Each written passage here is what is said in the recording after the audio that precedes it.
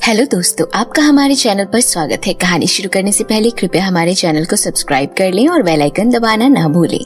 रामपुर गांव में कमला अपनी सौतेली बेटी सीता और सगी बेटी आरती तथा पति सुखराम के साथ रहती थी। कमला बहुत ही दुष्ट औरत थी और सीता के सौतेले होने की वजह से उस पर हमेशा अत्याचार करती थी। एक दिन सीता को उठने में जरा देर हो जाती है तो कमला गुस्से से लाल होकर उसके कमरे में पहुंचती है। उठ कामचोर, सुबह के 7 बज रहे हैं, मोहल्ले के सभी लोग उठ गए हैं। तुझे उठाने के लिए किसी स्पेशल को बुलाना पड़ेगा क्या? पूरा दिन बस आराम करवा लो तुझसे। जल्दी उठ, घर के सभी काम पड़े हुए हैं। मेरे पैरों में दर्द हो रहा है, घर के काम खत्म करके मेरे कमरे में आ जा, समझ गई? क्या हुआ माँ, आपकी तबीयत तो ठीक है ना? मनहूस लड़की, सुबह सुबह तबीयत खराब होने का नाम मत ले।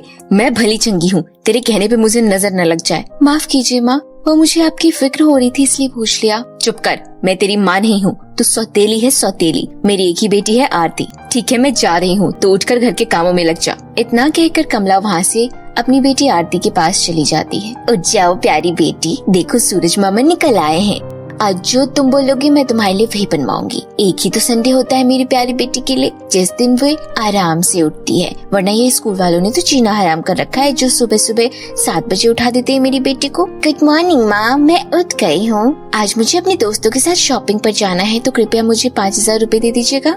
क्यों नहीं मेरी प्यारी बेटी, तुझे जितने रुपए चाहिए मुझसे मांग लेना, बट अभी जल्दी से उठकर नाश्ता कर ले, तैयार हो जा। इस तरह कमला अपनी सौतेली बेटी सीता और सगी बेटी आरती से इतना भेदभाव किया करती थी, जबकि आरती एक बहुत ही आलसी और गैर जिम्मेदार लड़की थी। आरती रोज सुबह लेट उठती और दिन रात फनी मैगजीन पढ़ती, वीडियो गेम्स खेलती और अपने दोस्तों के साथ पार्टीज करना उसे पसंद था। सीता के पिताजी शहर के एयरपोर्ट पर काम किया करते थे। वो अपनी दोनों बेटियां सीता और आरती से बराबर ही प्यार करते थे। यह सब देखकर कमला और आरती को बहुत जलन होती थी। कमला सीता और सुखराम के बीच दूरियां बनाना चाहती थी। एक दिन वह अपने कमरे में बहुत ही गहरी सोच में बैठी हुई थी। क्या हुआ भाग्यवान, आज कुछ काम नहीं है क्या, या फिर सारा काम हमेशा की तरह सीता से करवाओगी? हाँ, मैं तो घर में सारे दिन बैठी ही रहती हूँ ना, सारा काम तो तुम्हारी लाडली बेटी सीता ही करती है। तो इसमें क्या कोई शक है? पूरा गाँव जानता है तुम मेरी प्यारी बेटी को सौतेला समझकर उस पर अत्याचार करती हो। इतना बोलकर सुखराम वहाँ से चला जाता है। सीता बेटी, यह क्या, तुम तो घर के कामकाज में लगी रहती हो।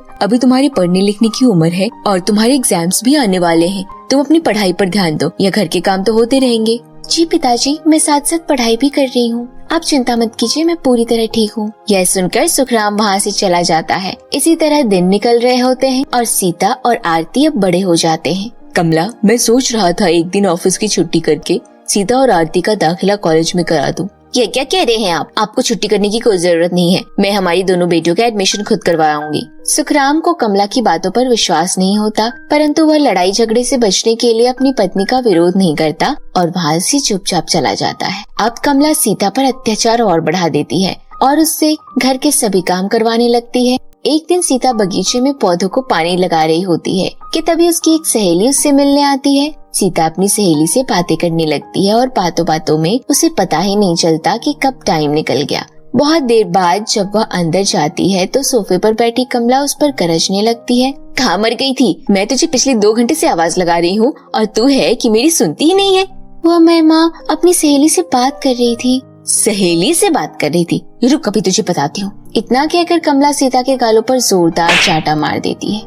सीता अपनी सौतेली माँ का अत्याचार सहते हुए अपने कमरे में चली जाती है। सीता अपनी माँ की तस्वीर के आगे जोर जोर से रो रही होती है। माँ, देखा आपने किस तरह मेरी बिना किसी गलती के सौतेली माँ ने मुझे जोरदार चाटा लगाया। मैं पूरे दिन घर में काम करती हूँ और सभी का कहना मानती हूँ, फिर भी माँ मुझे रोज मारती है और तो और वह मुझे 2 वक्त का खाना भी नहीं देती। माँ, अब मैं इस दुनिया में नहीं रहना चाहती, कृपया मुझे भी अपने पास बुला लीजिए। इस तरह सीता अपनी माँ के आगे बहुत जोर जोर से रो रही होती है कि तभी उसकी माँ की आत्मा उसके कमरे में प्रकट हो जाती है। प्यारी बेटी, तुम्हें घबराने की कोई जरूरत नहीं है, तुम्हारी माँ स्वर्ग से भी तुम्हारे ऊपर नजर बनाए हुए है। तुम सही कह रही हो, कमला एक बहुत ही निर्दयी और स्वार्थी माँ है। मैं तुम्हें एक जगह बताती हूँ, यहाँ से 2 किलोमीटर दूर है। जंगल के पास वाली नीली नदी के पास जाना और उस नदी को अपनी सारी कहानी सुनाना।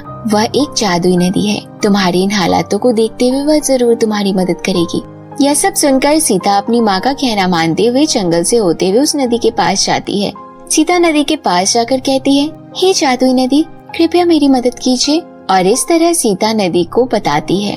जादुई नदी सीता की इतनी दर्द भरी कहानी सुनकर कहती है, प्यारी बच्ची, मुझे सुनकर बड़ा दुख हुआ कि किस तरह तुम्हारी सौतेली माँ दिन रात तुम पर अत्याचार करती है और तुम्हारे पिता भी उन्हें कुछ नहीं कह रहे। जरूर इसके पीछे उनकी कोई ना कोई मजबूरी होगी। मेरे पास तुम्हारे लिए एक उपाय है। यह लो, ये जादुई फ्रॉक देने वाली चक्की है। ये जादुई चक्की तुम्हारी मुसीबत में मदद करेगी और तुम्हें तुम्हारी जरूरत की सभी चीजें देगी। और यह जादुई चक्की अपनी जादुई शक्तियों की मदद से तुम्हारी सौतेली माँ को अच्छा सबक सिखाएगी। सीता नदी का धन्यवाद देकर वह जादुई चक्की उनसे ले लेती है। सीता वह जादुई चक्की लेकर घर पहुँचती है और वह जादुई चक्की अपने कमरे में छुपा देती है। सीता के वह चक्की घर लाते ही कमला का स्वभाव बिल्कुल बदल जाता है और वह अपनी सगी बेटी आरती से घर के सारे काम करवाने लगती है, जबकि सौतेली बेटी सीता को बहुत प्यार करती है।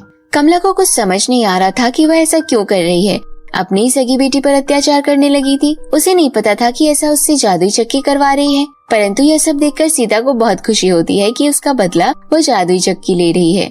और इस तरह सीता उस जादुई चक्की से अपनी जरूरत का सामान मांग लिया करती थी।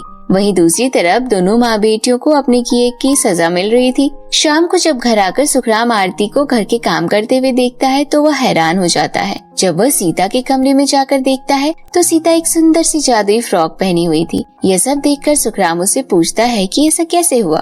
तभी सीता उसे सब कुछ बताती है कि किस तरह माँ उसके सामने आई थी और उसी ने उसे जादुई चक्की दिलवाने में उसकी मदद की और एक अच्छी जिंदगी दिलाई है। यह सब सुनकर सुखराम भी अपनी पहली पत्नी का धन्यवाद देता है और इस तरह दोनों बाप बेटी अपनी आगे की जिंदगी हंसी खुशी बिताते हैं। तो मेरे प्यारे दोस्तों, कैसी लगी आपको हमारी यह कहानी, हमें कमेंट करके जरूर बताइए।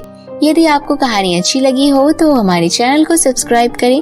तो फिर मिलती हूँ आपसे ऐसी ही किसी नई कहानी के साथ। तब तक के लिए बाय बाय दोस्तों।